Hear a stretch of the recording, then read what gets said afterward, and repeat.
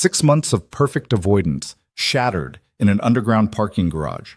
Evan Cross thought he could hide forever from the woman whose sister died in his arms. But when CEO Vivian Hale corners him between concrete pillars and cold fluorescent light, demanding to know why her best analyst won't look her in the eye, the truth explodes. He was there that night. He held her sister's hand as the life drained out. And seeing Vivian's face every single day feels like dying all over again. Stay until the end to see how a tragedy becomes something else entirely. Like this video and comment, what city you're watching from.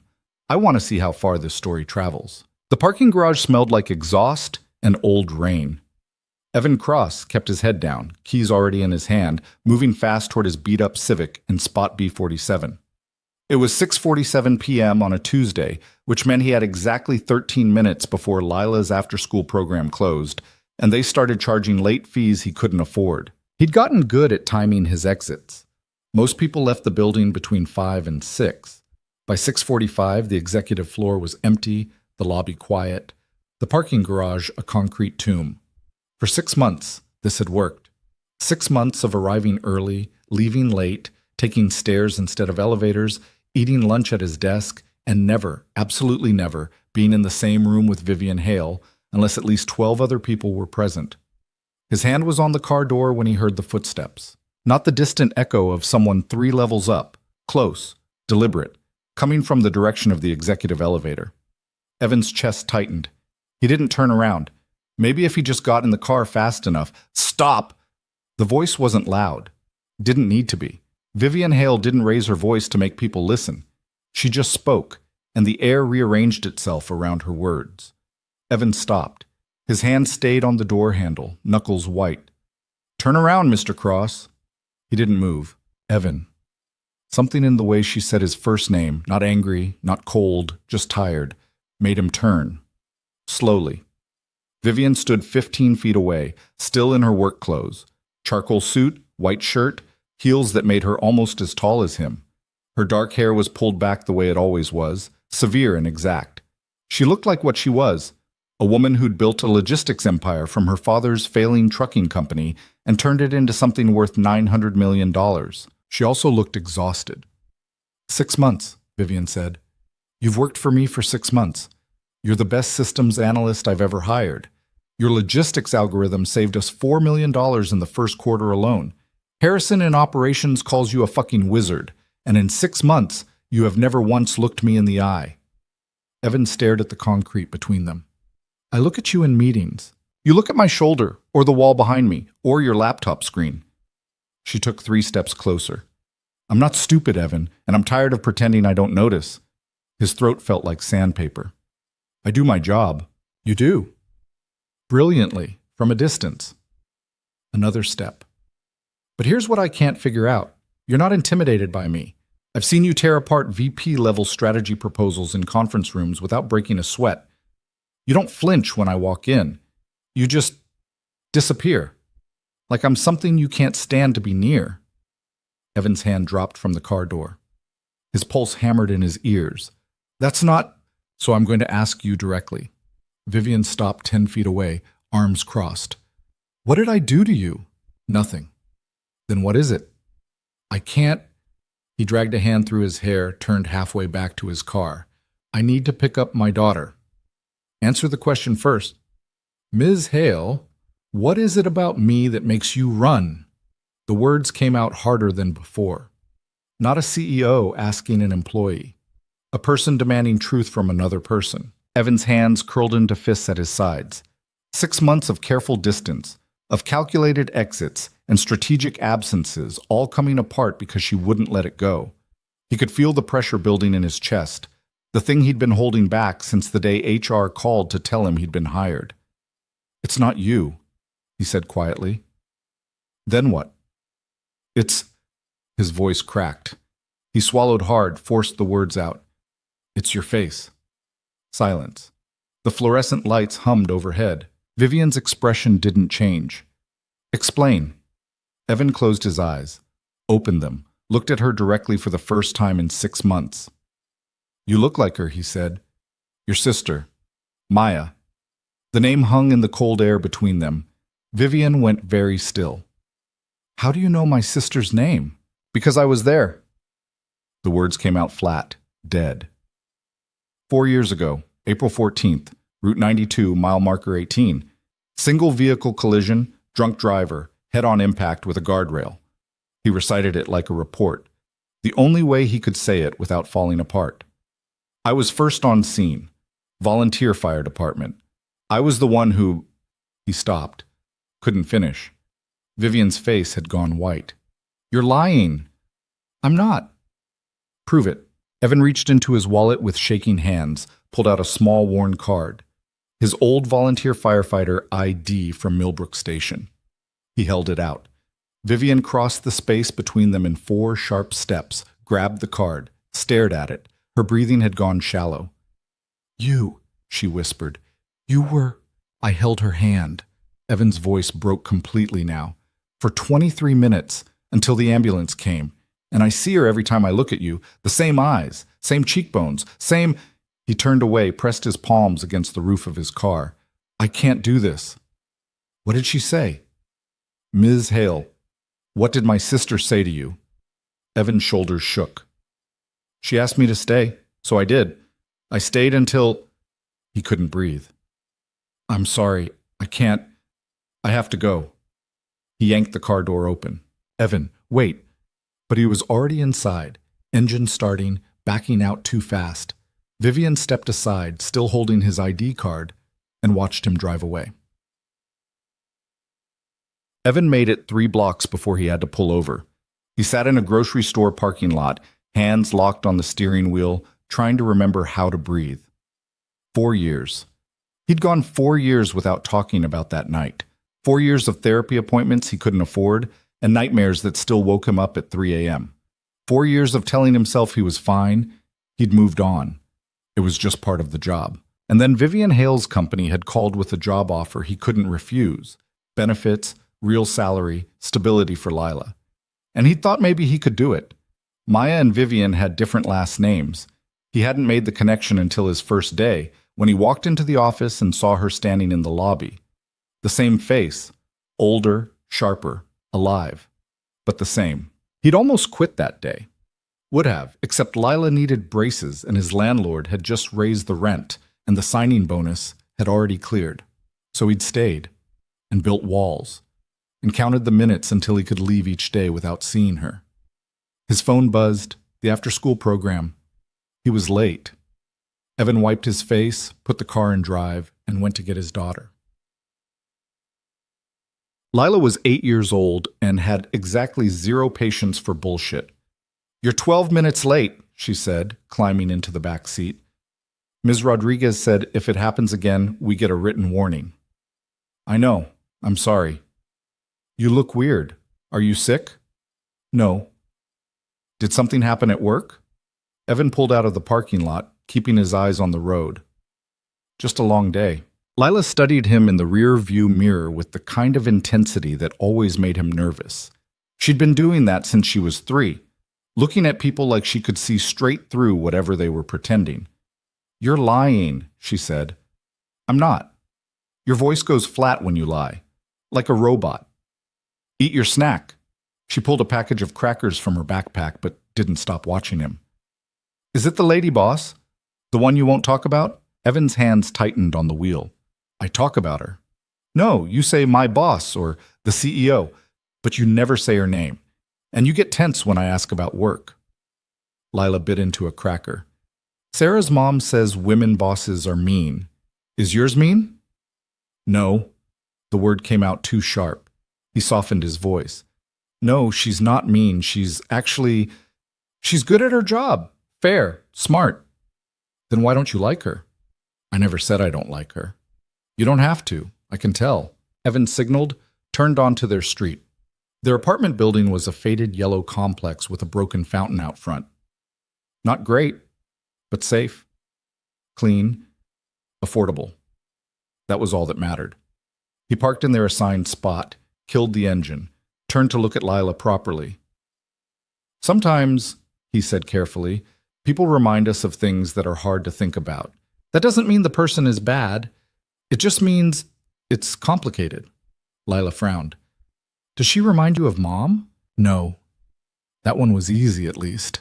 Lila's mother had walked out when she was 6 months old. Evan barely remembered her face. Nothing like that. Then what? Someone else. From before you were born. Someone who died? Evan's breath caught. Why would you think that?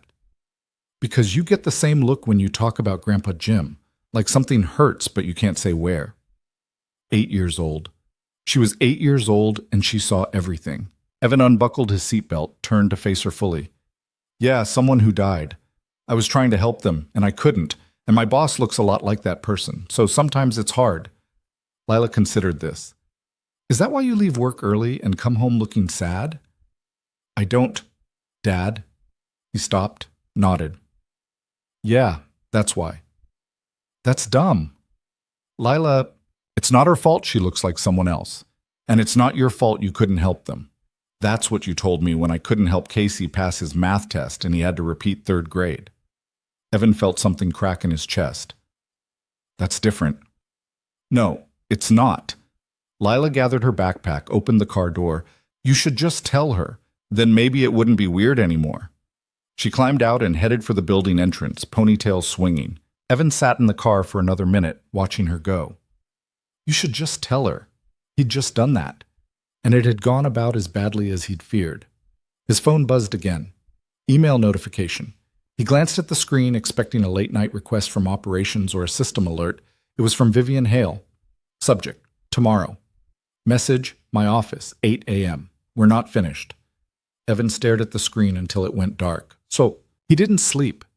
At 3 a.m., he gave up trying and went to the kitchen, made coffee, sat at their small table, and watched the streetlights through the window. The apartment was quiet, except for the hum of the refrigerator and Lila's soft breathing from the bedroom. He'd always been good in a crisis. That's what made him a decent first responder back in Millbrook. Keep moving. Follow protocol. Don't think, just act. But the aftermath, that's where he fell apart. When the sirens went quiet and the scene cleared and he had to go home and pretend he was fine, Maya Hale had been 26 years old, graduate student, coming home from a late library session. The drunk driver had crossed the center line doing 70 in a 45 zone, no headlights, no brake marks. By the time Evan arrived, first on scene, always first because he lived closest to that stretch of road, the other driver was already gone. Fled on foot. Left Maya trapped in a crushed vehicle with a steering column through her chest. She'd been conscious when Evan reached her. That was the part that still woke him up at night. She'd been conscious, talking, asking him if she was going to be okay.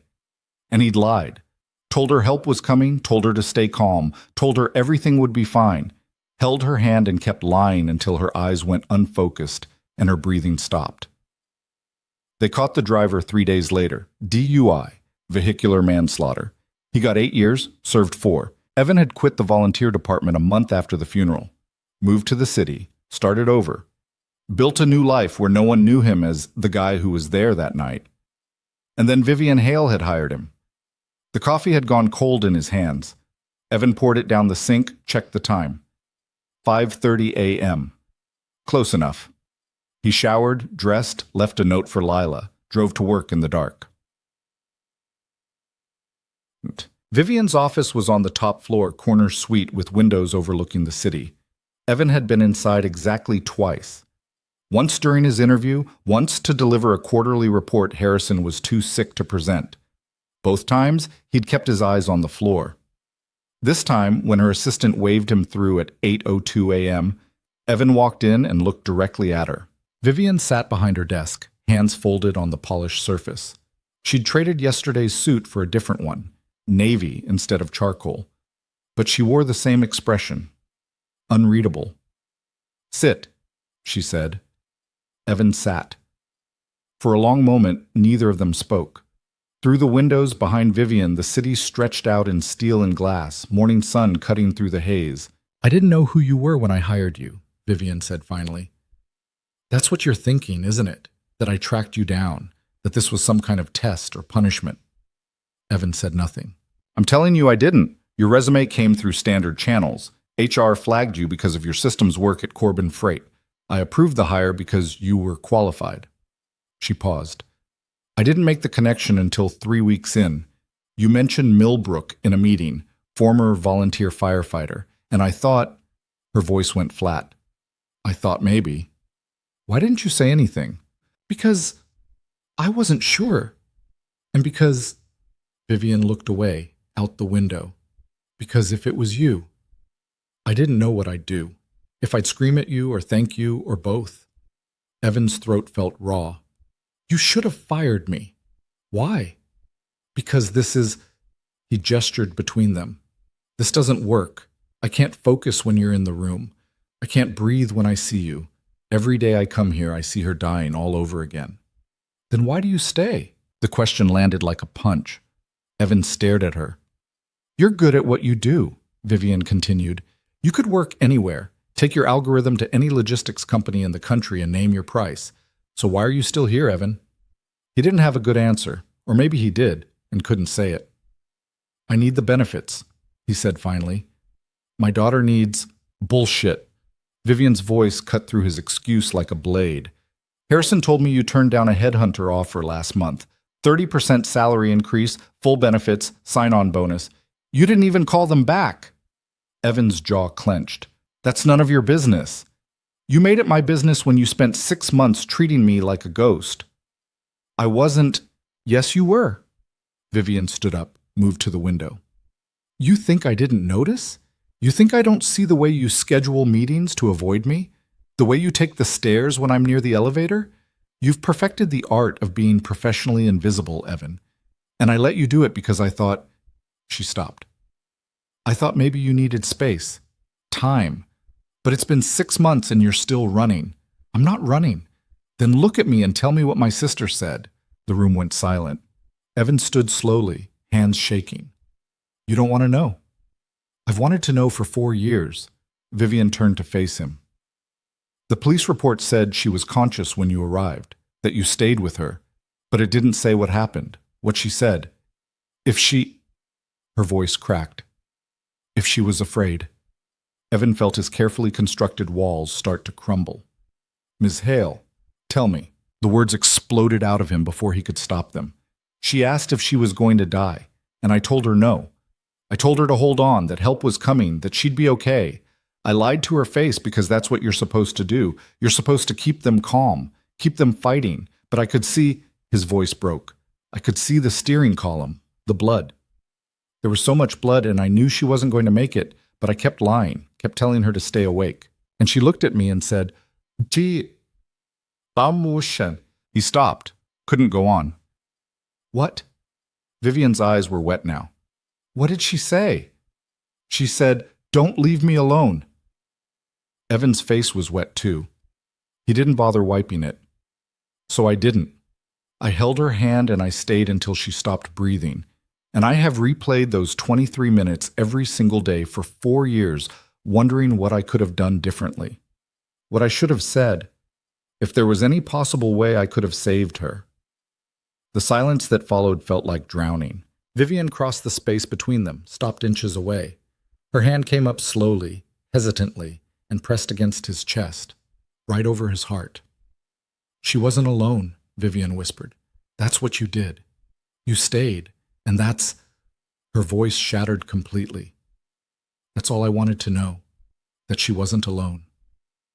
Evan stood frozen, barely breathing, as Vivian Hale, CEO, strategist, woman who'd built an empire, broke down in front of him. And for the first time in 6 months, he stopped running. They didn't go back to work that day. Vivian canceled her morning meetings. Evan sent a message to Harrison saying he was handling something urgent. They sat in her office, in the chairs by the window, and talked. Really talked. Not CEO and analyst. Not strangers avoiding each other, just two people who'd both lost someone on the same night. Vivian told him about Maya, the little sister who'd been brilliant and reckless and kind, who'd chosen graduate school over law school because she wanted to teach, not make money. Who'd called Vivian every Sunday without fail, even when they fought. Who'd been driving home that night because Vivian had asked her to pick up files from their father's old office, files that could have waited until morning. Evan told her about the guilt, the nightmares, The panic attacks that hit him in grocery stores when he smelled antiseptic or heard sirens. The way he'd quit the fire department because he couldn't trust himself anymore. Couldn't separate protocol from trauma. I thought seeing you every day would kill me, he admitted. But I also thought maybe I deserved it. Like penance? That's stupid, Vivian said. So my daughter tells me. That surprised a small, broken laugh out of her. You have a daughter? Lila. She's 8. Way too smart for her own good. Evan pulled out his phone, showed Vivian a picture.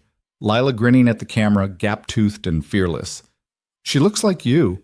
Poor kid. I meant the smart eyes. Vivian studied the photo. Does she know about Maya? Not the details, just that I used to be a first responder and saw some hard things. Evan pocketed his phone. I don't want her growing up thinking the world is that dark. But it is. Sometimes, but it's also got kids like her in it, so maybe it balances out. Vivian looked at him for a long moment. I hired you because you were good at your job, but I kept you because... She stopped. Because when I looked at your file, at your work, I saw someone who gave a damn. Someone who built things instead of breaking them. And I thought, if this is the person who was with Maya, then maybe she was okay. Maybe she had someone decent with her.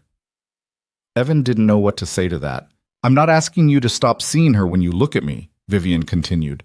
I can't control that. But I am asking you to stop treating me like I'm going to shatter if you get too close. I spent 4 years wondering if my sister died afraid and alone. Now I know she didn't. That's... She swallowed hard. That's enough. What does that mean for... Evan gestured vaguely. This... work. It means we figure it out. You stop hiding. I stop pretending I don't notice. We do our jobs. Vivian's voice steadied. Unless you want to leave, I'll write you a reference that'll get you hired anywhere in the industry. No questions asked. Evan thought about Lila's words in the car. You should just tell her. Then maybe it wouldn't be weird anymore. I don't want to leave, he said. Then don't. It wasn't a solution, wasn't closure, but it was something. Maybe that was enough for now. When Evan finally left Vivian's office at noon, he felt hollowed out and strangely lighter, like he'd been carrying a weight he'd forgotten was there until someone helped him set it down. Harrison caught him in the hallway. You look like hell. Thanks. Everything okay? Vivian's been canceling meetings all morning. Evan paused. In 6 months, he'd never told Harrison the truth. Never told anyone at the company. But standing there, fresh from the most honest conversation he'd had in years, the secret felt pointless. We had some personal stuff to work out, he said. It's handled. Harrison raised an eyebrow. Personal stuff? With the Ice Queen? Don't call her that. Whoa. Harrison put his hands up. Defensive much? She's not cold, she's just... Evan stopped. She's dealing with a lot. Aren't we all? Harrison clapped him on the shoulder. Anyway, glad you're still alive. I need your help with the routing algorithm. Third quarter projections are a disaster. Send me the data. I'll look at it this afternoon. Evan went back to his desk, opened his laptop, and dove into work. For the first time in 6 months, he didn't count the minutes until he could leave. That night, Lila asked him about work again. They were eating dinner, boxed mac and cheese with cut-up hot dogs because Evan's cooking skills topped out at boiling water, when she said, You look different. Different how? Less robot. She twirled noodles on her fork. Did you talk to the lady boss? Evan set down his fork. Yeah, I did. And? And it was hard, but good, I think. Lila considered this. Did you tell her what you told me about the person who died? Yeah. What'd she say? Evan thought about Vivian's hand on his chest, the weight of her grief pressed against his. She said, thank you for staying. That's good. Lila went back to her mac and cheese. See? Not so scary. When did you get so wise? I've always been wise. You just don't listen. Evan smiled, actually smiled.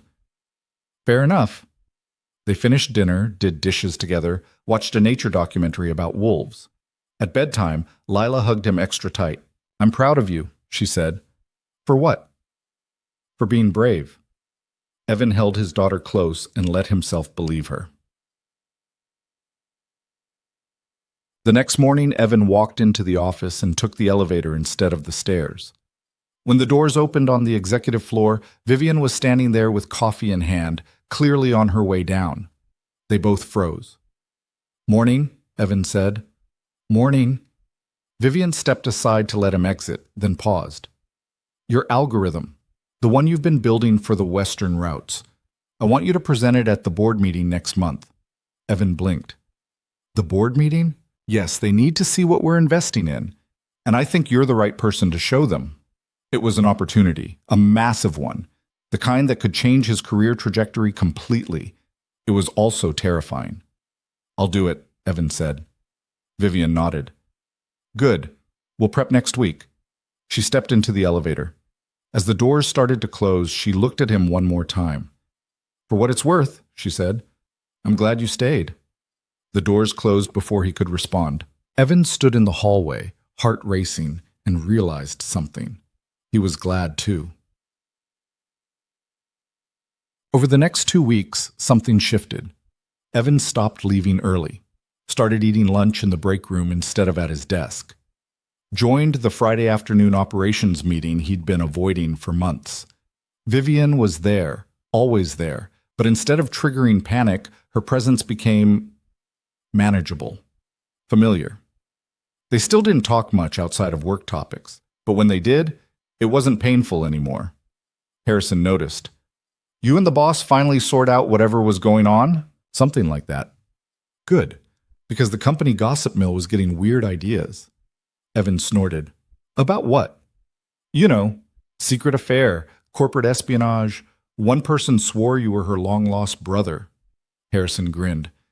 "Personally, I went with Evan accidentally insulted her shoes and has been terrified ever since. Her shoes are fine. See, I knew it, but the gossip didn't bother Evan. Let them speculate.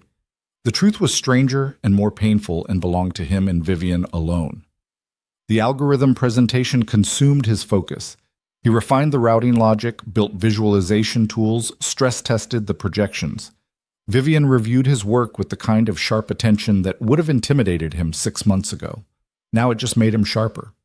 "This section," she said during one prep session, tapping his screen, "you're burying the cost savings. Lead with that. The board doesn't care about elegant code. They care about money." "It's not just about money." "I know, but they don't. So show them the money first, then the innovation." Evan reworked the slides. She was right. She was usually right. "You're good at this," he said without thinking. Vivian looked up. "At what?" "Seeing what matters, cutting through the noise." She studied him for a moment. "My father used to say the only thing that matters in business is whether people trust you to deliver. Everything else is decoration." A pause. He wasn't great at much, but he was right about that. It was the first time she'd mentioned her father. Evan remembered the detail from Maya's obituary, survived by Father Robert Hale and Sister Vivian, but nothing more. "Is he dead? Heart attack 2 years ago." Vivian's tone was matter of fact.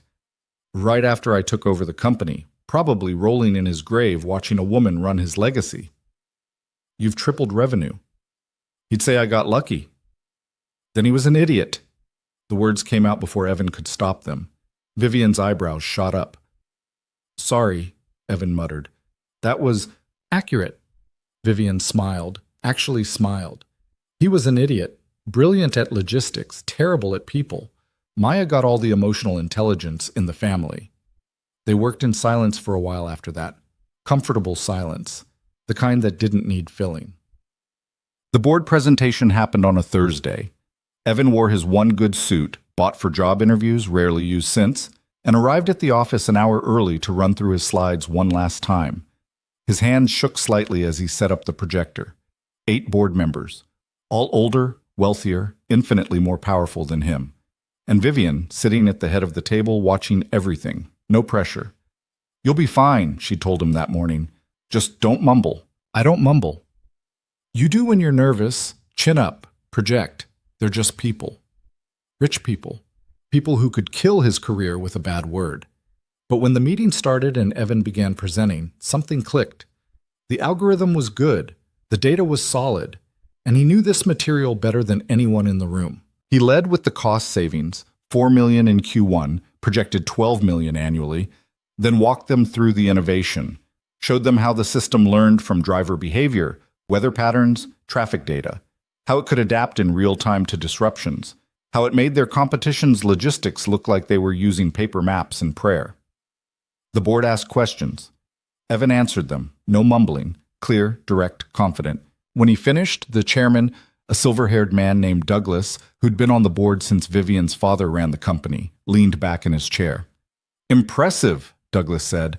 "Though I have to ask, Ms. Hale, why are we only seeing this now? This feels like technology we should have implemented 6 months ago." Vivian didn't hesitate. "Because Mr. Cross needed time to perfect it. I'd rather launch something that works than rush something half-finished and watch it fail." "And you're confident this will scale?" "I am." Douglas looked at Evan.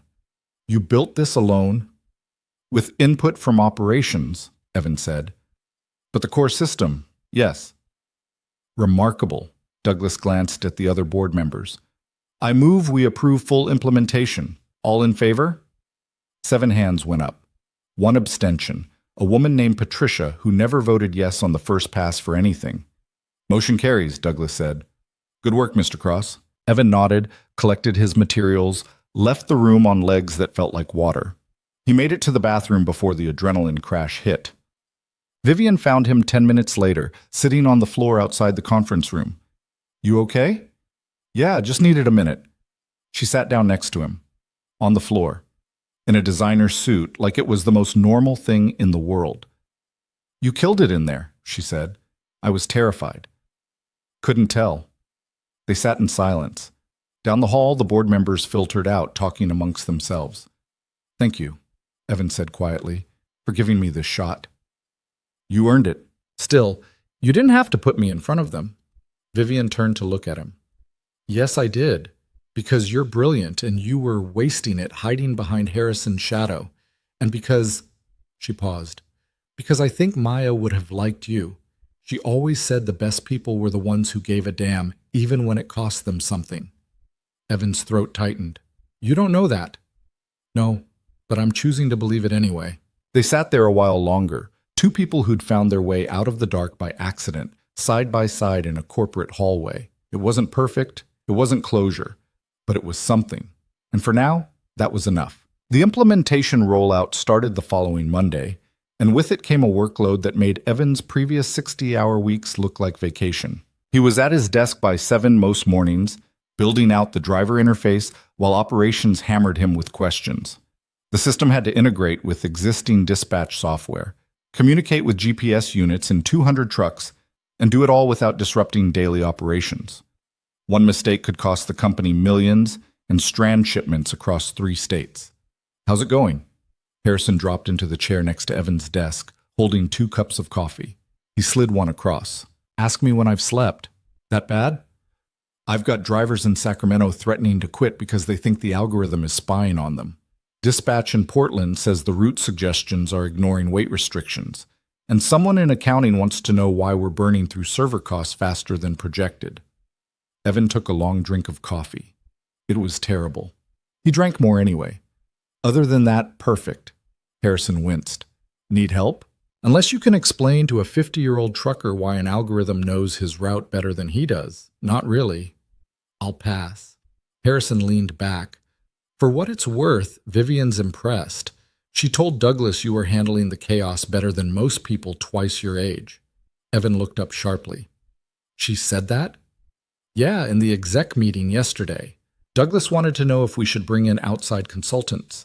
She shut him down hard, said you had it under control." Something warm settled in Evan's chest. Not pride, exactly. More like relief that someone believed in him when he wasn't sure he believed in himself. "She's probably regretting that now," Evan muttered, turning back to his screen. "I just got an email from the union rep asking if we're trying to automate drivers out of jobs." "Are we?" "No. The system optimizes routes. It doesn't replace people." Evan rubbed his eyes. "But try explaining that to someone who's been driving the same route for 20 years, and suddenly a computer is telling them to take a different exit. You'll figure it out. You always do." Harrison left. Evan stayed at his desk until the office emptied, then stayed longer. At 9 p.m., his phone buzzed. Lila, texting from her friend Emma's house where she was sleeping over. Dad, are you still at work? Yeah. Big project. You're going to turn into a robot for real. I'll be home tomorrow. Promise. Okay, love you. Love you too. Evan set the phone down, stared at the spreadsheet in front of him, and admitted what he'd been avoiding all week. He was in over his head. The technology worked fine, but managing the human side, the fear, the resistance, the politics, that was something he'd never learned how to do. He needed help, and there was only one person in the building who dealt with this exact problem before. Evan grabbed his laptop and headed for the executive floor. Vivian's office light was still on. He knocked. Heard her voice call, "It's open?" She sat behind her desk, reading something on her tablet, still in work clothes even though it was past 9. When she saw Evan, her eyebrows rose. "You look like you're about to quit." "I'm about to ask for help, which feels worse." Vivian set the tablet down. "Sit. Talk." Evan sat. For a minute, he didn't say anything, just tried to organize the mess in his head into something coherent. Finally, he gave up and just said it. "I don't know how to do this. The tech side, fine. I can code in my sleep. But the people side, getting buy-in, managing resistance, convincing a bunch of skeptical drivers that I'm not trying to screw them over. I have no idea what I'm doing." Vivian listened without interrupting. When he finished, she stood up, moved to the small conference table by the window, and gestured for him to join her. "Tell me the biggest complaint you're getting," she said. "That the system doesn't understand real-world conditions, traffic, weather, road closures. They think it's just spitting out theoretical routes that'll fall apart the second they hit the road." "And does it?" "No, it pulls real-time data from 6 different sources.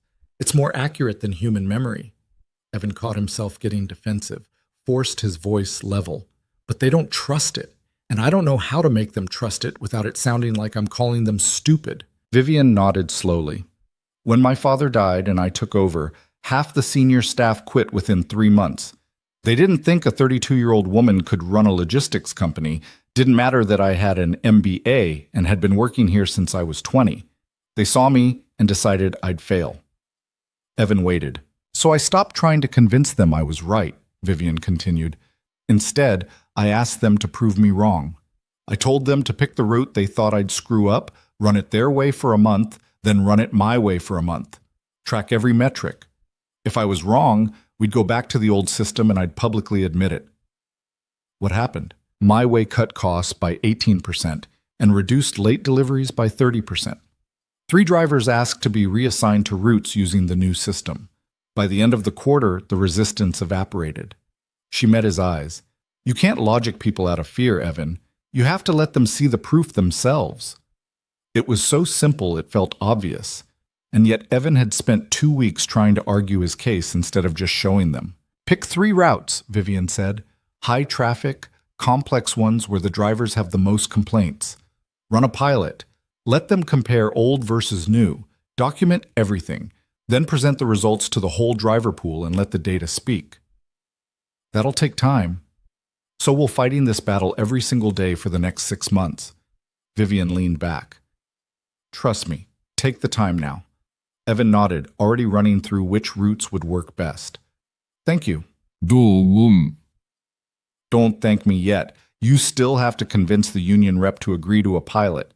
And Carl's not exactly a pushover." "Great. Welcome to management." Vivian's mouth quirked.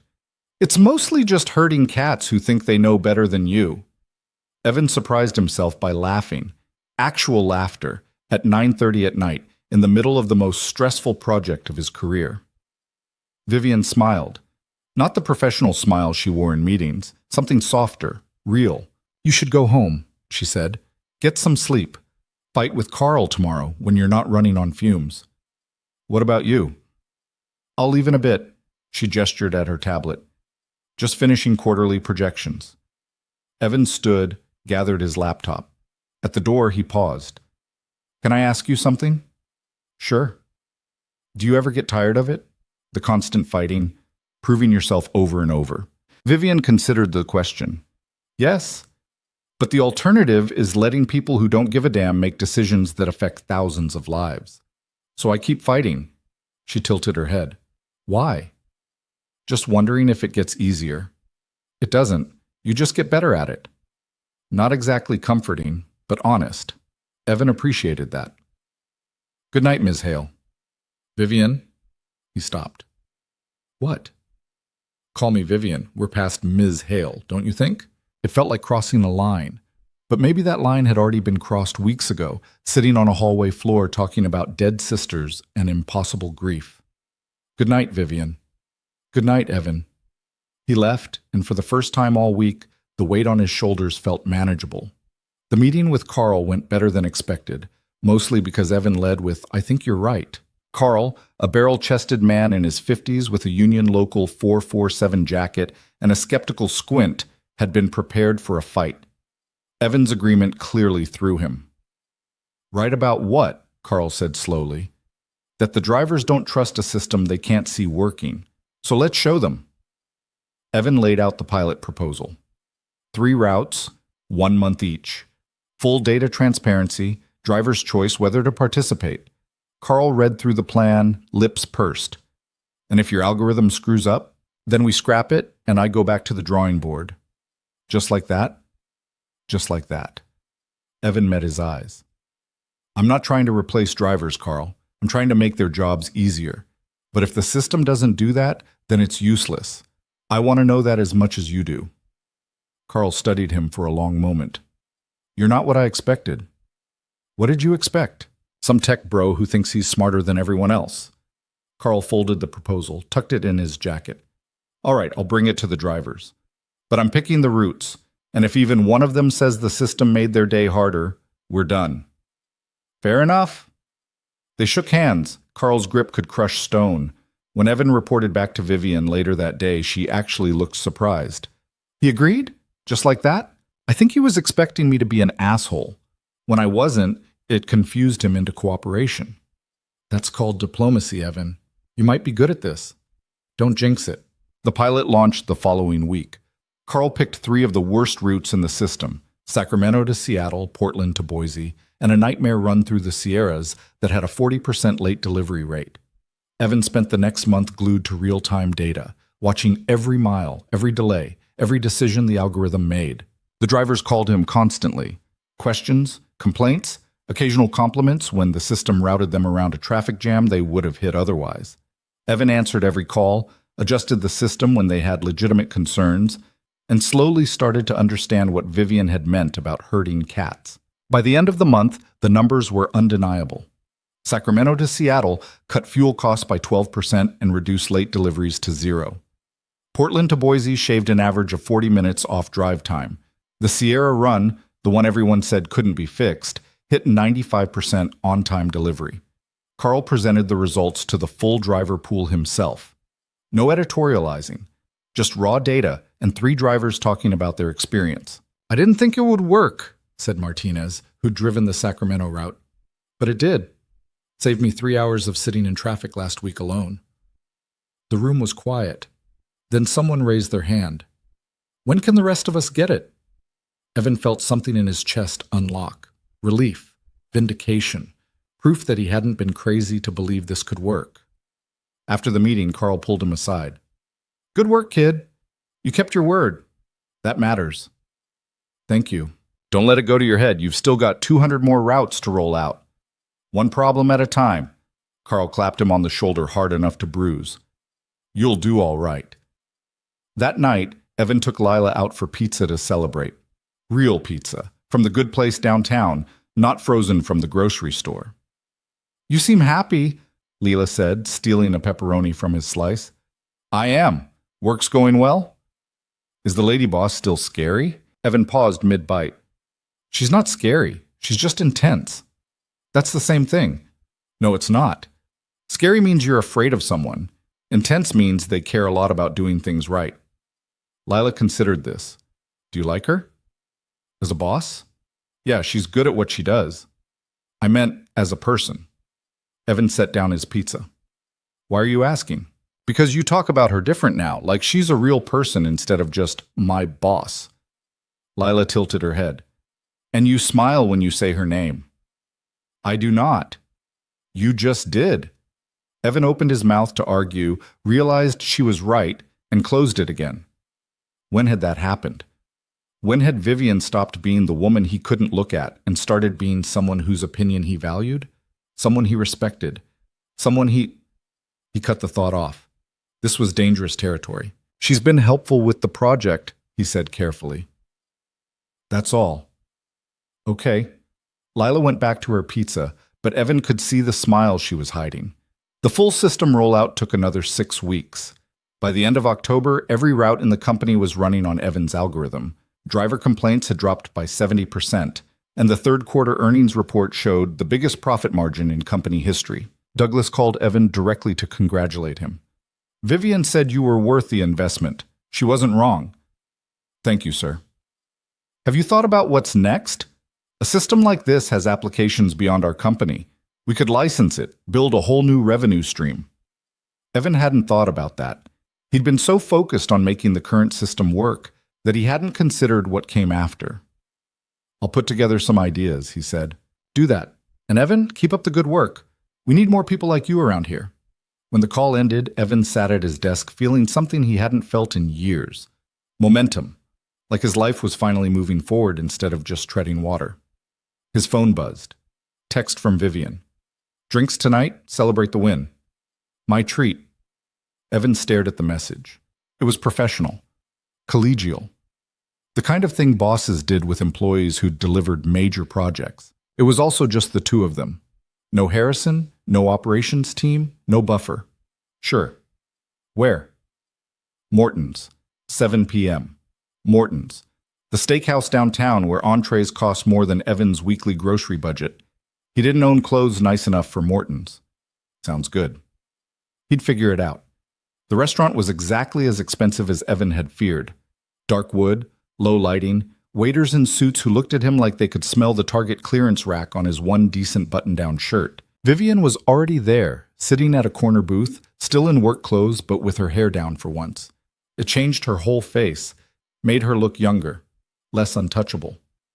You're early, she said as he slid into the booth. Lila's at a friend's house. I had time. A waiter appeared, offered menus the size of newspapers. Evan opened his, saw the prices, and nearly choked. Order whatever you want, Vivian said, watching his reaction. Company card. You sure? You just saved us $12 million a year. I think we can afford a steak. Evan ordered something mid-range. Vivian ordered wine that probably cost more than his entree. When the waiter left, silence settled over the table. So, Vivian said, how does it feel? What? Success. You built something that worked, that matters. Not everyone gets to do that. Evan turned his water glass in slow circles. It feels good, scary. Like now I have to figure out what comes next. Douglas mentioned licensing. Yeah. What do you think? I think I'm a systems analyst, not a businessman. I wouldn't know where to start. Vivian leaned forward slightly. What if you didn't have to start alone? Evan looked up. What do you mean? I mean, we could build this into something bigger. Not just optimize our routes, but create a platform other companies could use. You handle the tech, I handle the business side. 50-50 partnership. The offer hung in the air between them, huge and terrifying and completely unexpected. You're serious, Evan said, completely. You're brilliant at what you do, Evan, but you're wasting that brilliance making incremental improvements to one company's logistics. Imagine what you could do with real resources, real scope.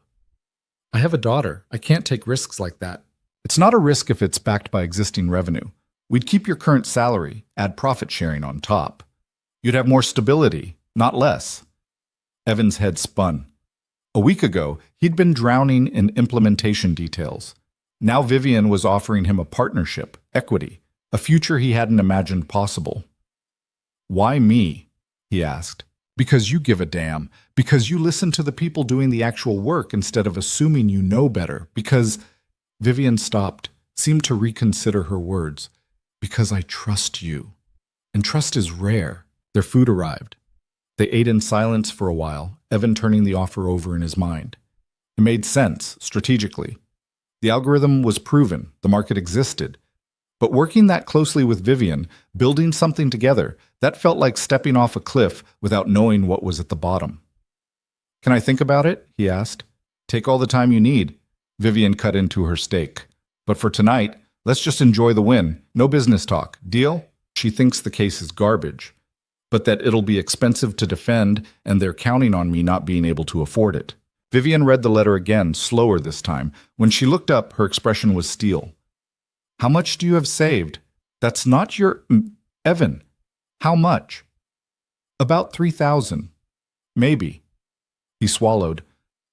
I've been trying to build up an emergency fund, but Lila needed new glasses and the car needed work, and 3,000 won't even cover initial filings.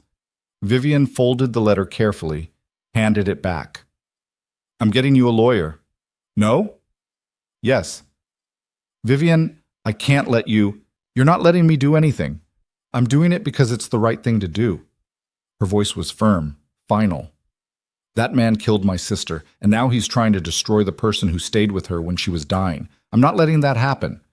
Evan felt something crack in his chest. This isn't your fight. Like hell it isn't. Vivian pulled out her phone, started scrolling. I know someone. Best defense attorney in the state. He owes me a favor from when I helped him with a corporate case 3 years ago. I'm calling him now. Vivian. She was already dialing. The conversation lasted 5 minutes. Vivian explained the situation in clipped, efficient sentences, sent a photo of the legal notice, and nodded several times. When she hung up, she turned to Evan. His name is Marcus Chen. He'll take the case, pro bono, as a favor to me. You meet with him Monday morning at 9. Evan couldn't speak. His throat had closed completely. Thank you, he managed finally. Don't thank me yet. We still have to fight this thing. Vivian's expression softened slightly. But you're not doing it alone. Understand? Evan nodded, didn't trust himself to say anything else. They sat in silence for a while, watching parents pick up their kids from school. Lila would be out soon. Evan needed to pull himself together before she saw him like this. Can I ask you something? Vivian said quietly. Sure. Why didn't you call me first when you got the letter? Evan stared out the windshield. Because this is my problem, my past. I didn't want to drag you into it. You didn't drag me into anything. I'm already in it. I've been in it since the night Maya died. She turned to face him. You don't have to carry everything alone, Evan. That's not strength. That's just stubbornness. Feels like the same thing sometimes. It's not. Lila emerged from the school building, backpack bouncing, talking to a friend. She spotted Evan's car and waved. Then she saw Vivian in the passenger seat and her eyes went wide. Is that her? Lila mouthed through the window. The lady boss? Evan nodded. Lila grinned, gave him an exaggerated thumbs up, and skipped over. When she opened the back door and saw Vivian up close for the first time, she froze. Oh, hi. Hi, Vivian said. You must be Lila. I'm Vivian. I know, my dad talks about you. Lila climbed in, buckled up, eyes never leaving Vivian. Are you guys dating? Evan choked. Lila, what? I'm just asking. We work together, Vivian said smoothly, but there was amusement in her voice. Your dad's very good at his job. He's good at a lot of things, except cooking. He's terrible at cooking. Lila. What? It's true. She leaned forward between the seats. Do you like kids? I don't know many, Vivian admitted, but the ones I've met have been interesting. That's a weird answer. Lila, that's enough. But Vivian laughed. Actually laughed. She's right. It was a weird answer. She looked at Lila. Yes, I like kids, especially ones who ask direct questions. Good, because my dad needs more people in his life who aren't boring. Lila sat back, satisfied. Can we get ice cream? It's November, Evan said. So, ice cream doesn't have a season. Vivian glanced at Evan. She makes a compelling argument. You're not helping. Fine, ice cream, but just this once. They ended up at a place near the apartment, sitting in a booth while Lila demolished a sundae the size of her head. Vivian ordered coffee. Evan ordered nothing, still too nauseous to think about food. Lila talked non-stop, asking Vivian questions about work and the city and whether she'd ever been on a boat. Vivian answered each one patiently, and somewhere in the middle of the conversation, Evan realized this was the first time in years he'd seen someone outside of school interact with his daughter, like she was a real person, not just a kid to be tolerated. Your dad says you're smart, Vivian said at one point. I am. I'm in the advanced reading group. What are you reading? The Giver. It's about a world where everything's controlled and no one has choices. It's kind of depressing, but also really good. Sounds familiar, Vivian said dryly.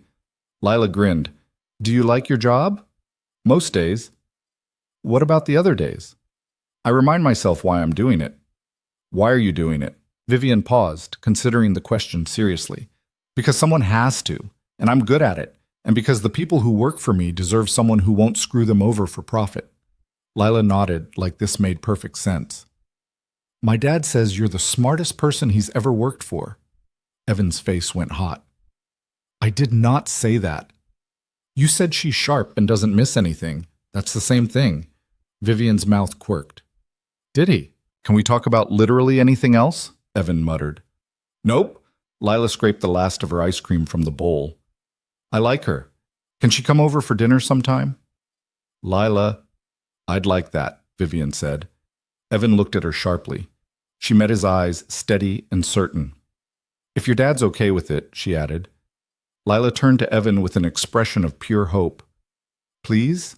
He was being ambushed by his 8-year-old daughter and his boss. In an ice cream shop on a Thursday afternoon while his life was falling apart. Sure, he heard himself say. Sometime. Lila cheered. Vivian smiled. And Evan wondered when exactly he'd lost control of his entire existence. Marcus Chen's office was downtown in a glass tower that made Evan feel immediately out of place. The lobby had marble floors and art that probably cost more than his car. The receptionist offered him coffee in a real mug, not a paper cup. Evan sat in the waiting area, leg bouncing, until a door opened and a man in his 40s appeared. Asian, sharp suit, carrying a tablet and the letter from Hutchinson's lawyers. Mr. Cross? Marcus Chen? Come on back. The office was all windows and clean lines. Marcus gestured to a chair, sat across from Evan, and didn't waste time. I've reviewed the claim. It's offensive legally and morally, but that doesn't mean it's not dangerous. Walk me through what happened that night. Everything you remember. Evan had told this story exactly twice. Once to the police 4 years ago. Once to Vivian in the parking garage. Each time had taken pieces out of him. He told it again now. The call, the drive, the scene. Maya's injuries. What he did and didn't do. What she said. How long he stayed. Marcus listened without interrupting, taking notes on his tablet. When Evan finished, Marcus leaned back. Did you move her from the vehicle? No, she was pinned. I couldn't have moved her if I wanted to. Did you perform CPR? She was breathing, conscious. CPR wasn't indicated. Did you have medical training? Basic first responder, EMT certification, but it had lapsed by then. I kept up the skills on my own. Marcus nodded. Here's what they're going to argue, that you should have done more, applied pressure differently, called for advanced life support sooner, something, anything to shift blame away from their client. Can they do that? They can try, but the incident report is clear. You followed protocol. The coroner's report states cause of death is massive internal trauma from the collision, not from any action or inaction by responders. And Marcus pulled up something on his tablet. Derek Hutchinson's own testimony from the criminal trial states that he fled the scene immediately, which means he has no direct knowledge of what you did or didn't do. He's making this up based on conjecture. So why file the claim? Because it costs him nothing and might get him something. Either you settle out of fear, or he drags you through enough hell that you give up. It's a shakedown. Marcus set the tablet down. But here's the good news. I think we can get this dismissed before it even goes to trial. The claim is frivolous, no legal standing. A judge will see that. And if they don't, then we fight it in court. But I don't think it'll come to that.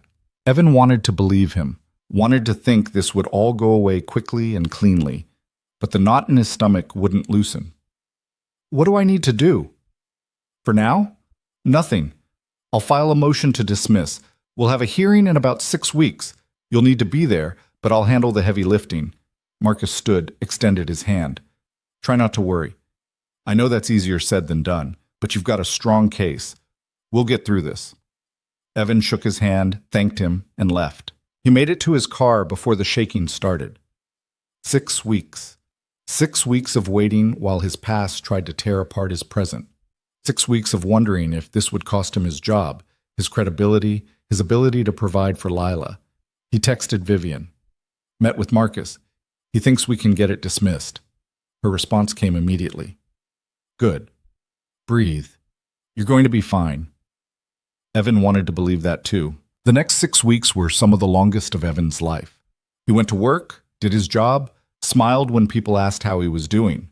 At night, he lay awake running through worst-case scenarios until exhaustion dragged him under. Lila noticed? Of course she noticed. She started leaving him drawings on the kitchen table before school, stick figures of the two of them holding hands with the sun overhead, notes that said, "You're the best dad," in crayon. She didn't ask what was wrong, but she made sure he knew she was there. Vivian noticed too. She started scheduling their check-ins over lunch instead of in her office. Casual conversations about work that always ended with her asking if he was okay. Evan always said yes. She always looked like she didn't believe him but didn't push. 3 weeks before the hearing, Harrison cornered him in the break room. All right, what's going on? Nothing. You've been weird for weeks. Jumpy. Distracted. You nearly bit my head off yesterday when I asked about the Portland routes. I apologized for that. I know, which is why I know something's wrong. Harrison crossed his arms. Come on. We've worked together for 8 months. You can tell me. Evan stared into his coffee. Legal stuff from before I worked here. It's complicated. Can I help? Not unless you're secretly a lawyer. Damn. I'm just a glorified spreadsheet monkey. Harrison's expression softened. But seriously, if you need anything, time off, someone to cover meetings, whatever, just ask. Thanks. And Evan, whatever it is, you'll get through it. You're tougher than you think. Evan wished that were true. 2 weeks before the hearing, Vivian showed up at his apartment unannounced on a Saturday morning.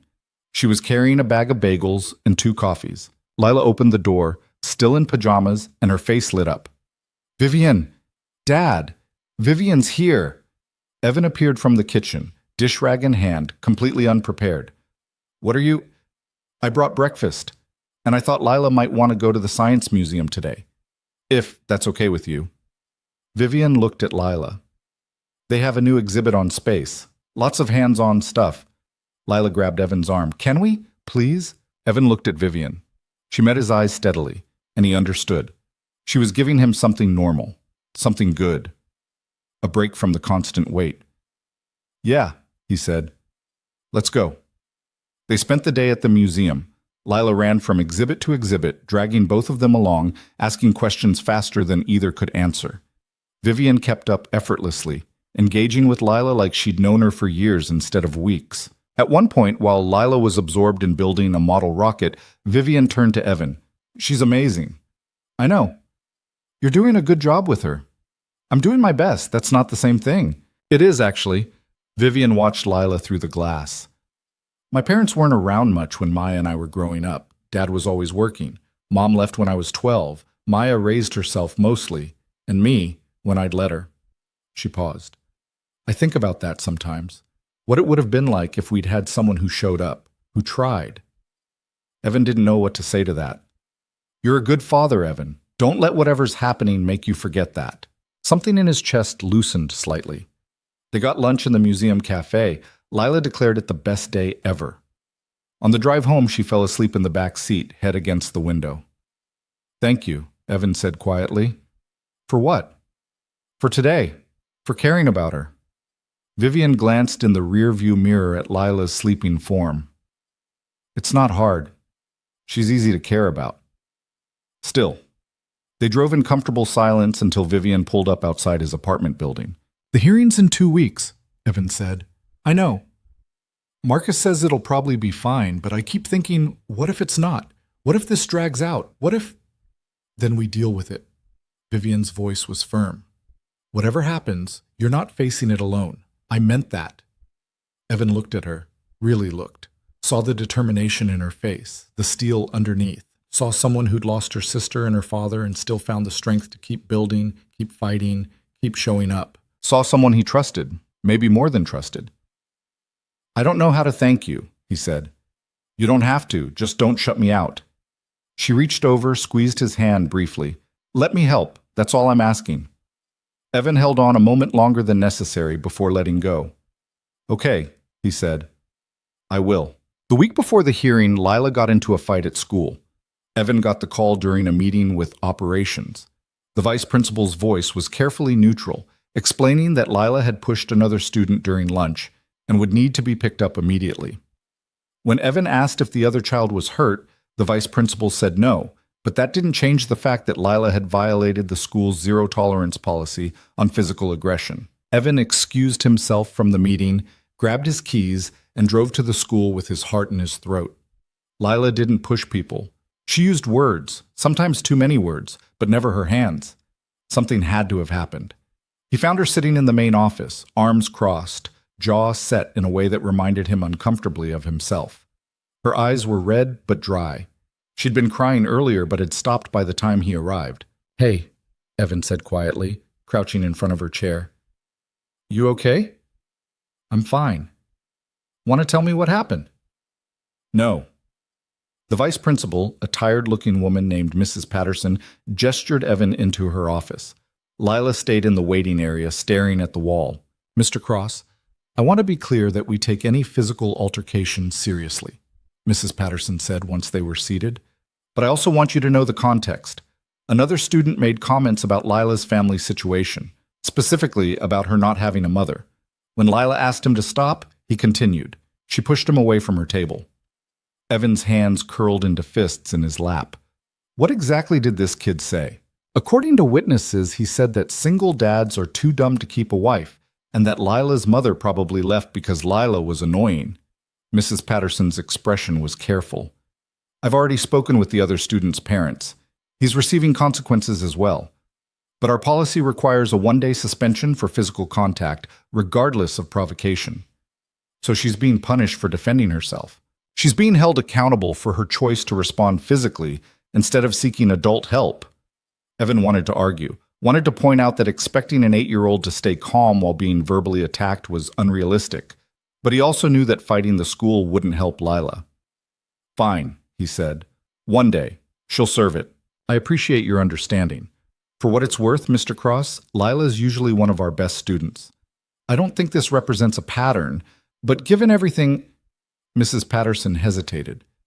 Is everything all right at home? The question landed like a gut punch. Everything's fine. Because if there are stressors affecting her behavior, we have counselors available. We're fine, thank you. Evan stood before she could push further, collected Lila from the waiting area. They walked to the car in silence. Once they were both inside, doors closed, Evan turned to face her. You want to talk about it? Lila stared straight ahead. He's a jerk. Yeah, he is. But you can't push people, Lila. You know that. He wouldn't stop. I asked him 3 times to leave me alone, and he kept saying things about you, about us. Her voice cracked. He said you're probably a bad dad because Mom left. Evan felt something fracture in his chest. Lila, and I know that's not true. I know you're a good dad, but everyone was listening, and I wanted him to shut up.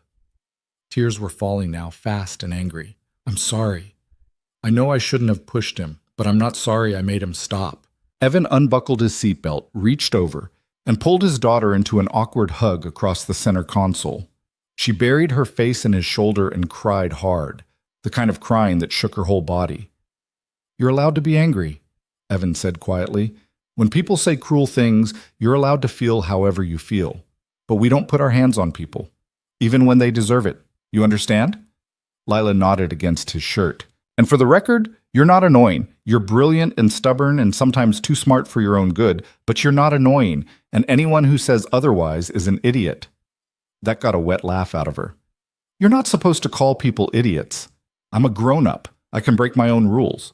They stayed like that until Lila's breathing evened out. Then Evan drove them home, called work to say he wouldn't be back, and spent the rest of the afternoon watching nature documentaries with his daughter, curled up next to him on the couch. Around 6, someone knocked on the door. Evan opened it to find Vivian standing there with takeout bags and a determined expression. I heard about the school thing, she said. Thought you might not feel like cooking. Evan stared at her. How did you? Harrison mentioned you left early for a family emergency. I put two and two together. Vivian held up the bags. Chinese food. I didn't know what Lila liked, so I got a little of everything. Lila appeared in the hallway. You brought food? I did. Is that okay? Yeah, Dad can't cook anyway. Lila, Evan warned. What? It's true. Vivian smiled. Then I timed this perfectly. They ate at the small kitchen table, containers spread between them. Lila was quieter than usual, picking at her lo mein, but she perked up when Vivian asked about the Science Museum exhibit they'd seen. The rocket I built is still there, Lila said. They have this whole wall where you can leave your designs. Mine's the red one near the top. That's impressive, Vivian said. Did your dad help? No. He tried, but he put the fins on backwards. Evan pointed his fork at her. The instructions were unclear. They had pictures. Confusing pictures. Vivian laughed, and the sound filled the small apartment in a way that made Evan's chest ache. This felt too domestic, too real, like they were something they weren't. After dinner, Lila excused herself to her room to read. Evan started cleaning up, and Vivian helped without being asked. She's going to be okay, Vivian said quietly, rinsing a plate. Kids are resilient. I know, I just hate that she had to deal with that. Evan scrubbed at a container harder than necessary. The worst part is that kid wasn't wrong. Her mom did leave, and sometimes I do wonder if I'm screwing this up. You're not. You don't know that. Yes, I do. Vivian set the plate in the drying rack, turned to face him. I've seen you with her, Evan. I've seen how she looks at you. That kid loves you completely, and you show up for her every single day, even when things are hard, especially when things are hard. That's not screwing up. That's doing it right. Evan's throat tightened. It doesn't always feel like it. It never does, but that doesn't make it less true. They finished the dishes in silence. When the kitchen was clean, Vivian grabbed her coat. I should go. Let you two have your evening. Evan walked her to the door. Thank you, for the food, for showing up. You'd do the same for me. Would I? I think so, yeah. Vivian pulled on her coat. The hearing's in 4 days. Are you ready? No, but I'll show up anyway. That's all you can do. She paused, hand on the doorknob. I'm coming with you, to the hearing, if that's okay. Evan's first instinct was to say no, that she didn't need to waste her time, that he could handle it. But the truth was, he didn't want to face it alone, and Vivian was offering something he'd been too proud to ask for. Yeah, he said. That's okay. More than okay. Good, I'll meet you there at 8:30. She left, and Evan stood in the doorway long after her car disappeared down the street. The night before the hearing, Evan didn't sleep at all.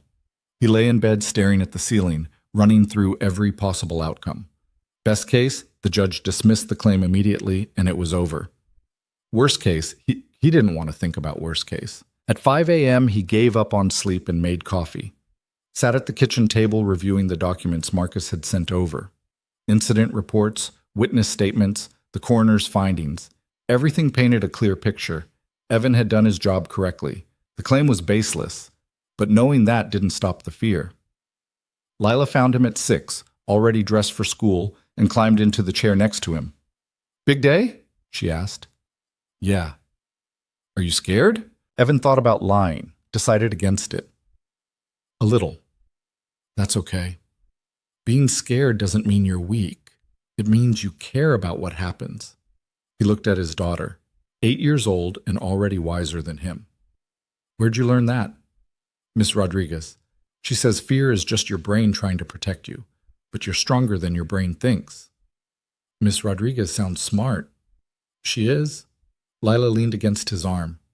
You're going to be okay, Dad. I know you are. How do you know? Because you always are. Even when things are hard, you figure it out. She squeezed his hand. And because Vivian's going with you, she won't let anything bad happen. It's not her job to protect me. Maybe not, but she's going to anyway, because she cares about you. Lila looked up at him. Do you care about her? The question hung in the air between them.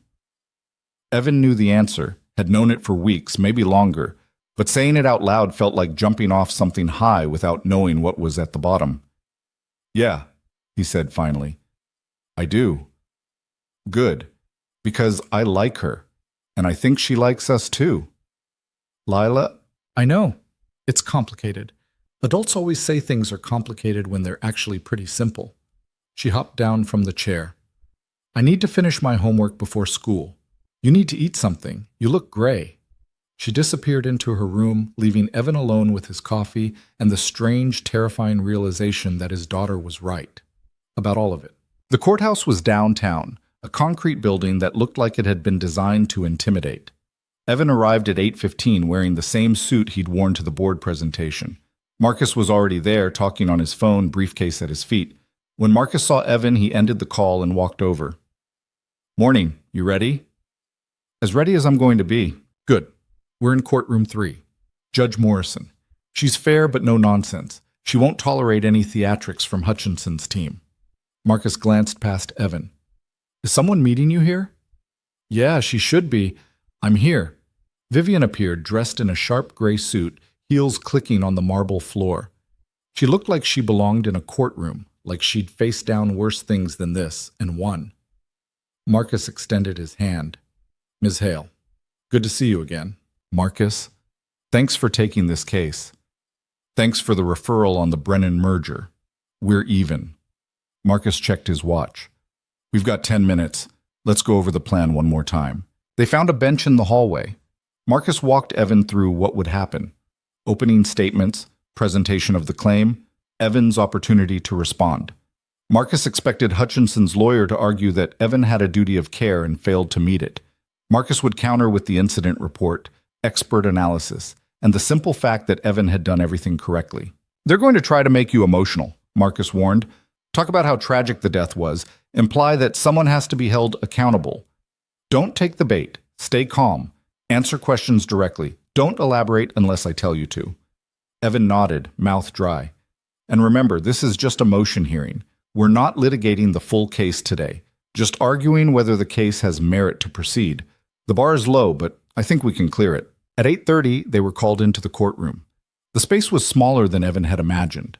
Wood paneling, fluorescent lights, rows of benches mostly empty except for a few people waiting for other cases. Judge Morrison sat at the bench, a black woman in her 50s with silver-streaked hair and an expression that suggested she'd heard every lie in existence and wasn't interested in hearing more. Hutchinson sat at the plaintiff's table with his lawyer, a man named Mitchell who looked expensive.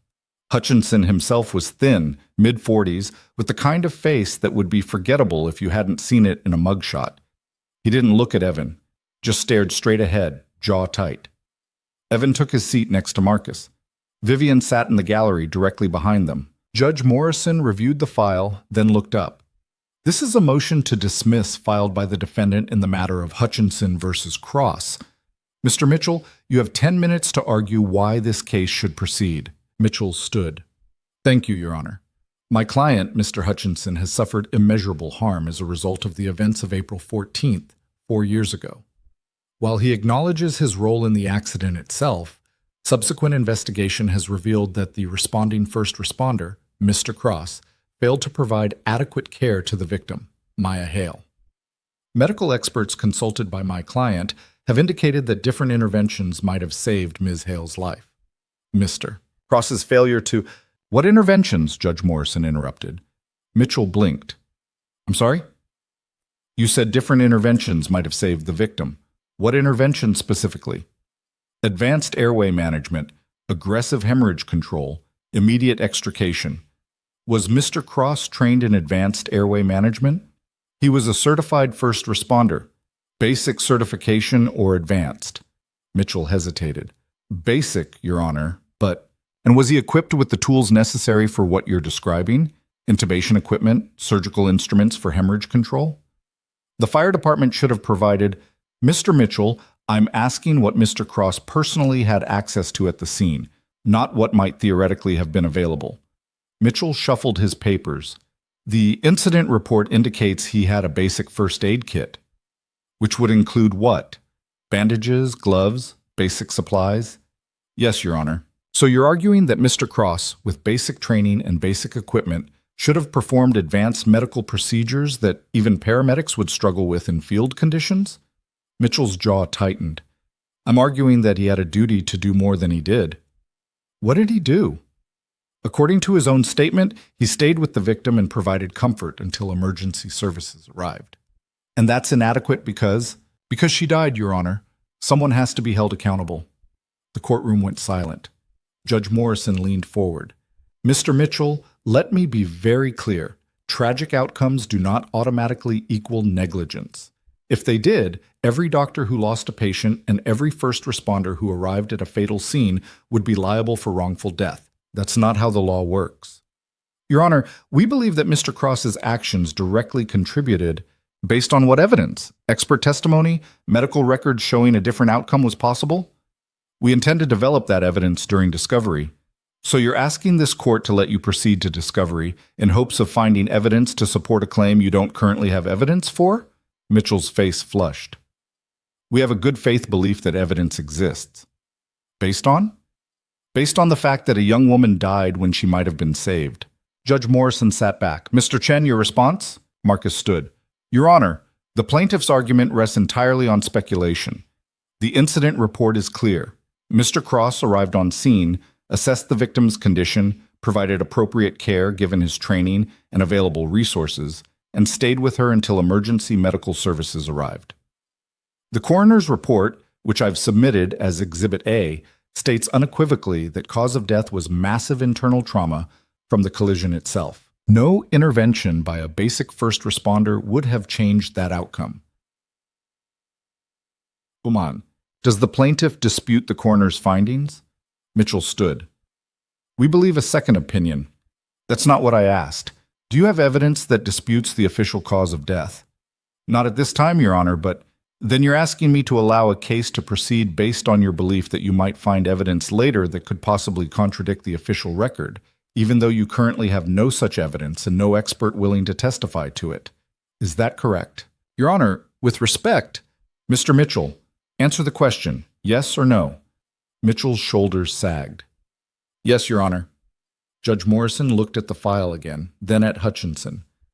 Mr. Hutchinson, do you have anything you'd like to say? Hutchinson stood slowly. I just think someone should be held responsible. That girl died and nobody paid for it except me. I went to prison. I lost everything. And the person who was supposed to save her just gets to walk away like it never happened? Evan's hands clenched under the table. Marcus put a hand on his arm. A warning. Mr. Hutchinson, Judge Morrison said, her voice quiet but firm. I understand that you've suffered consequences for your actions. That's the criminal justice system working as intended. But you don't get to transfer your guilt onto someone else because you're unhappy with your punishment. Mr. Cross didn't cause this tragedy. You did. And attempting to sue him for negligence when the evidence shows he did everything correctly is not seeking justice. It's seeking a scapegoat. Your Honor, Mitchell tried to interject. I'm not finished. Judge Morrison looked at Evan. Mr. Cross, you were a volunteer first responder? Evan stood. Yes, ma'am. How long did you serve? 6 years. And you responded to that scene as part of your volunteer duties? Yes, ma'am. I was off duty, but I lived closest to that stretch of road. I was usually first on scene for that area. Did you receive compensation for your service? No, ma'am. It was volunteer. Judge Morrison nodded. Thank you. You may sit. She looked at her notes one more time, then delivered her ruling. This claim is dismissed with prejudice. The plaintiff has failed to demonstrate any legal basis for liability. Mr. Cross acted within the scope of his training and duties. The tragic outcome does not constitute negligence. Mr. Hutchinson, you may not refile this claim or any substantially similar claim against Mr. Cross. This matter is closed. She banged her gavel. It was over.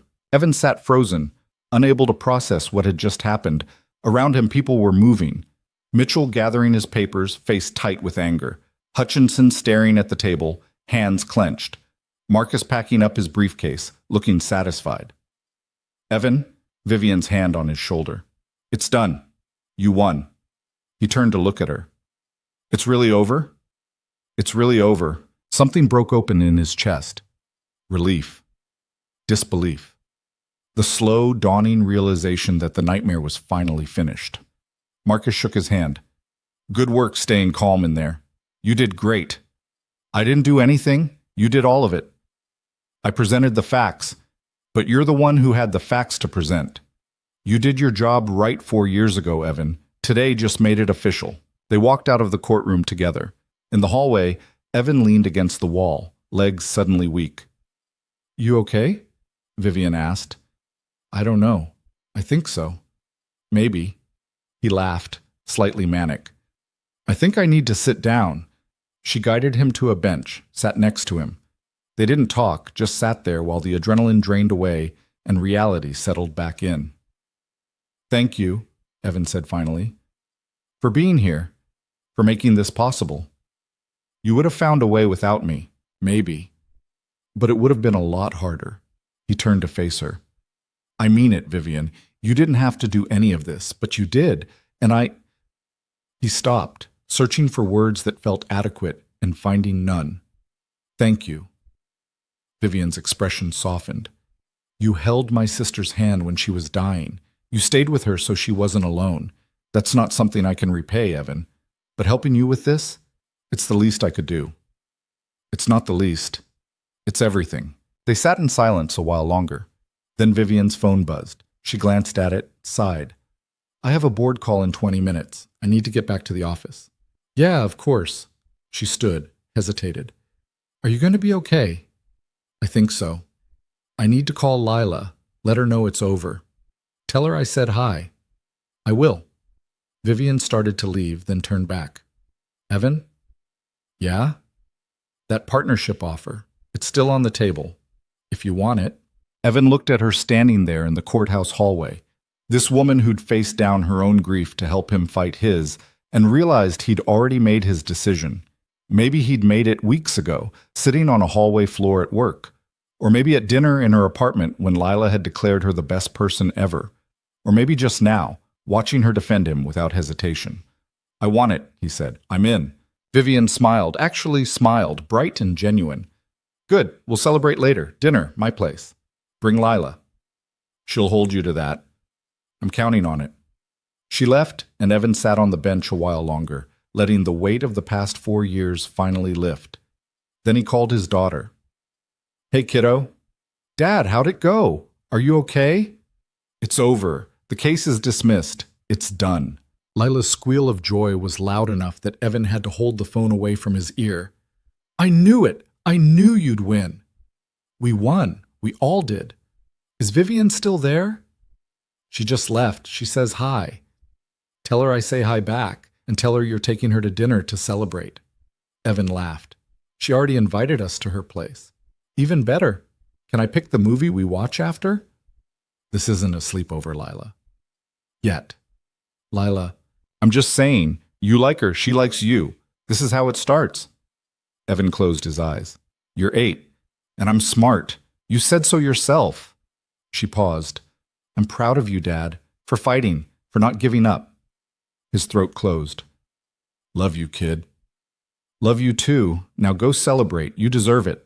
She hung up. Evan sat there holding his phone, thinking about partnerships and possibilities, and the strange way life sometimes gave you exactly what you needed when you'd stopped expecting it. Then he got up and went back to work, lighter than he'd been in years. The dinner at Vivian's apartment happened 3 days later, on a Friday evening when the city was settling into weekend mode and Evan's nervous system had finally stopped treating every phone call like an incoming threat. Vivian lived in a converted loft in the warehouse district, all exposed brick and high ceilings and windows that overlooked the river. Lila's eyes went wide the moment they stepped inside. This is where you live? She breathed. It's like a museum.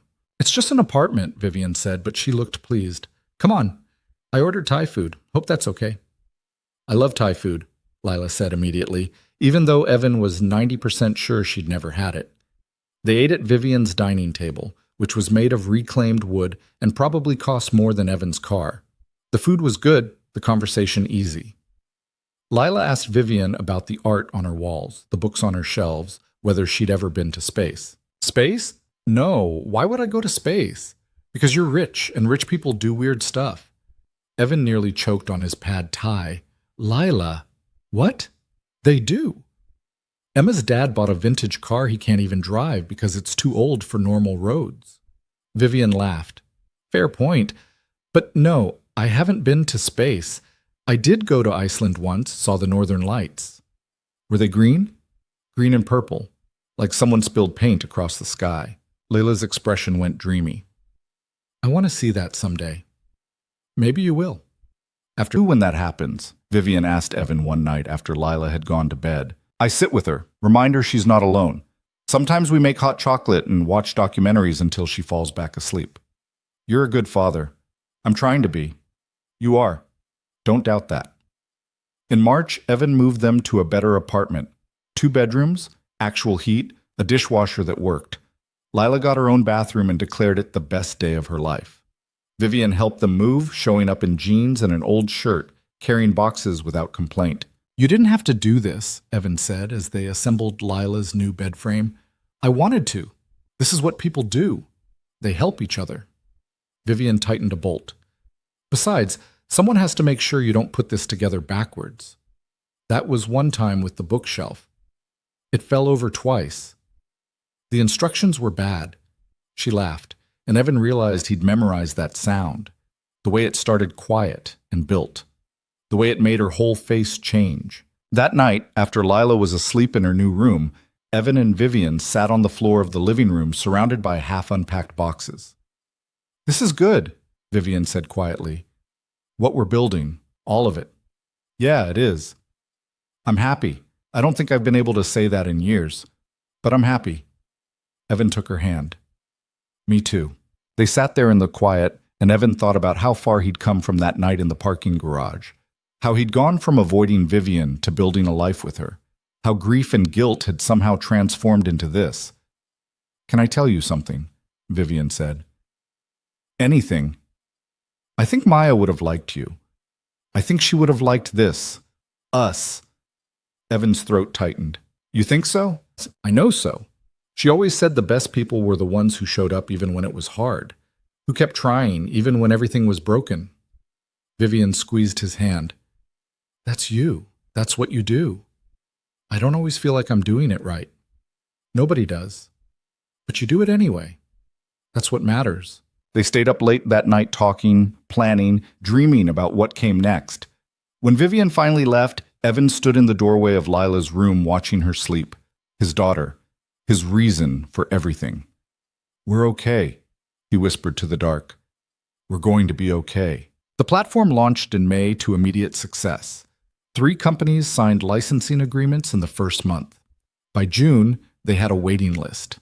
Evan hired a small team to help with development, and suddenly he wasn't just an analyst anymore. He was leading people, building something that mattered. The work was intense, but fulfilling. He came home tired, but satisfied. And every evening he had Lila's chaos to come home to, and twice a week he had dinner with Vivian.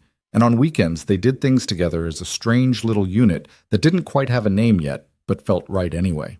In July, Lila's school held a father-daughter event. Evan had always gone alone before, watching other kids with both parents and telling himself it didn't matter. But this year, when they arrived, Vivian was waiting in the parking lot.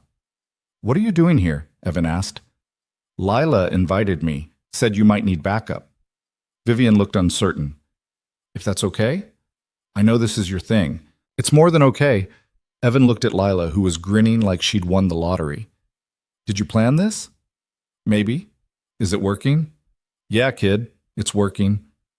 They spent the afternoon doing terrible crafts and eating mediocre pizza, and when Lila's friend Emma asked if Vivian was her mom, Lila said no, but she might be someday. And Evan saw Vivian's eyes go bright with something that looked like hope. That night, after they dropped Lila at a sleepover, Evan and Vivian went back to her place. They'd been taking things slow, careful not to rush, but something had shifted. Some unspoken agreement that they were ready for more. I love you, Evan said as they stood in her kitchen. I should have said it sooner, but I was scared. I'm still scared. But I love you. Vivian crossed the space between them, wrapped her arms around him. I love you too. I think I have for a while. I just didn't know how to say it. We're both terrible at this. The worst. They kissed, and it felt like coming home. Later, lying in Vivian's bed with city lights painting patterns on the ceiling, Evan thought about how strange life was. How you could lose everything and somehow find something better in the wreckage. How the worst night of his life had led eventually to this. What are you thinking about? Vivian asked, head on his chest. That I didn't think I'd get here. A year ago, I was just trying to survive each day, and now, he gestured at the room, at them. This feels like someone else's life. It's yours. You earned it. We earned it. Fair. She was quiet for a moment. Then she said, I want you to move in. You and Lila. I know it's fast and we can wait if you need to, but this apartment is too big for one person and too quiet, and I want you here. Both of you. Evan's heart kicked hard against his ribs. Are you sure? Completely. Unless you're not. I'm sure. We're sure. He laughed, slightly stunned. I didn't expect this tonight. Life doesn't usually wait for us to expect things. Vivian propped herself up on one elbow. But if it's too soon, we can wait. I'm not going anywhere. It's not too soon. It's perfect. Evan pulled her back down. Let's do it. They told Lila the next morning when Evan picked her up from the sleepover. Her reaction was to scream, jump up and down, and demand to know if she could paint her new room purple. We'll talk about it, Vivian said. That means yes. That means we'll talk about it. But it did mean yes. Because watching Lila's joy, seeing the family they were becoming, Evan couldn't imagine saying no to anything that made his daughter this happy. They moved in August. It was chaotic and wonderful, and Lila did get to paint her room purple, though she settled for one accent wall after Vivian explained that all 4 walls might be overwhelming. Evan's boxes fit neatly into Vivian's space like they'd always belonged there. The first night in their new home, they ordered pizza and ate on the floor because they couldn't find the plates. Lila declared it the best adventure ever. And Evan looked at Vivian across the chaos and saw his future. The following months were an adjustment, learning to live together, navigating the tricky balance of work and home, figuring out discipline and boundaries and how to be a family when none of them had a traditional blueprint to follow. There were hard days. Days when Lila pushed back against Vivian's authority because she wasn't her real mom. Days when Evan and Vivian argued about money or schedules or whose turn it was to handle the boring parts of life. Days when the weight of blending their lives felt like too much. But there were more good days. Mornings where they all had breakfast together before scattering to work and school. Evenings where Lila did homework at the dining table while Evan cooked and Vivian read through contracts. Weekends where they explored the city or stayed home and did nothing at all. In October, almost exactly a year after the partnership offer, Vivian proposed. They were at the river, walking after dinner, Lila running ahead chasing pigeons. Vivian stopped on a bench, pulled out a small box, and said, I'm not good at speeches, but I'm good at knowing what I want, and I want this. You, Lila, all of it. So will you marry me? Evan looked at the ring, simple, silver, perfect, and felt his entire world shift into place. Yes, he said. Absolutely yes. Lila, who had apparently been in on the plan, appeared from behind a tree with a poster that said, We're getting married, in glitter. You knew? Evan asked. Of course I knew. I helped pick the ring. Lila hugged them both. We're a real family now. We were always a real family, Vivian said. This just makes it official. They told people slowly. Harrison, who was thrilled. Douglas, who sent another expensive bottle of scotch. Carl, who said it was about time. Lila told everyone at school, and suddenly Evan was getting congratulations from people he'd never met. The wedding was small, just close friends and coworkers in a garden venue with string lights and simple vows. Lila stood between them as they exchanged rings, holding both their hands, beaming like the sun. You may kiss, the officiant said. Evan kissed his wife while their daughter cheered and thought about how far he'd come from that parking garage, how much had changed, how much he'd survived to get here. Later, at the reception, Vivian pulled him aside. I have something for you. She handed him a small envelope. Inside was a photo. Maya, young and smiling, standing in front of a building Evan didn't recognize. This was taken a week before she died, Vivian said quietly. She was happy that day, excited about her research, talking about the future. She looked at Evan. I wanted you to see her like that, not as someone who died in pain, but as someone who lived fully while she could. Evan stared at the photo, at Maya's bright eyes and wide smile, and felt something in him finally settle. The guilt didn't disappear. It would probably never fully disappear, but it shifted, made room for something else. Thank you, he said. You gave her comfort when she needed it most. That's not something to feel guilty about, Evan. That's something to honor. I'm trying. I know you are. Vivian took his hand. And I think you're doing it, building a life that matters, showing up for the people you love. That's how we honor the people we've lost, by living well. Evan pulled her close, and they stood there watching their daughter dance with Harrison to music that was way too loud, and Evan felt for the first time in years completely at peace. Life didn't become perfect after that. Perfect wasn't real. Lila still had nightmares sometimes. Evan still had days when the weight of the past crept back in. Vivian still worked too much and forgot to eat lunch. They argued about small things and big things and learned to apologize and mean it. But they had each other. And they had built something real from the wreckage of their separate griefs. A family that didn't look like anyone else's, but worked for them. On their first anniversary, Evan woke up early and found Vivian already awake, watching the sunrise through their bedroom window. "You okay?" he asked. "More than okay. I was just thinking." "About?" "About how I almost didn't hire you. How I saw your resume and your name and thought about Maya and almost put the file in the reject pile." "Why didn't you?" "Because something told me not to. Some instinct that said this mattered." She turned to face him. "I'm glad I listened." "Me too." Lila appeared in the doorway, hair sticking up in every direction. "Are you guys being mushy again?" "Always," Vivian said. "Gross. Can we have pancakes?" "Yes, we can have pancakes." They went downstairs together, and Evan made breakfast while Lila set the table and Vivian made coffee. Simple. Ordinary. Everything he'd never thought he'd have. Later that day, they visited Maya's grave. It had become a tradition. Once a year, they went together, brought flowers, told her about their lives. "We got married," Vivian told the headstone. "And Evan's company is doing really well, and Lila's going into 4th grade next year. She's smart. You'd like her." Lila placed her flowers carefully. "I wish I could have met you," she said to the stone.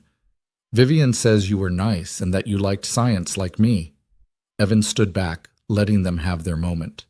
Then he stepped forward. "I kept my promise," he said quietly. "I stayed. And I'm still here. And I'm—" His voice caught.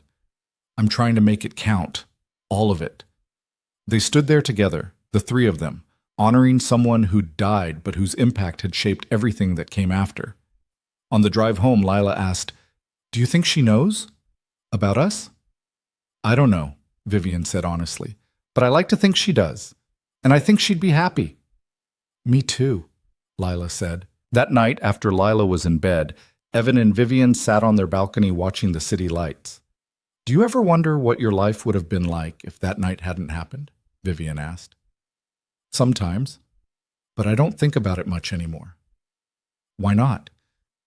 "Because I can't change it, and because trying to imagine a different past feels like wishing away the present." Evan looked at her. "I wouldn't trade this, even knowing what it cost to get here." "That's a hard thing to say." "It's a true thing. Pain doesn't erase joy, Vivian. They exist together, and I think—" He paused, finding the words. "I think that's okay. I think we're allowed to be happy even when terrible things have happened, maybe especially then." Vivian leaned against him. "Maya used to say something similar, that the world was full of beauty and horror side by side, and you had to hold both without letting either one destroy you. She sounds like she was wise. She was.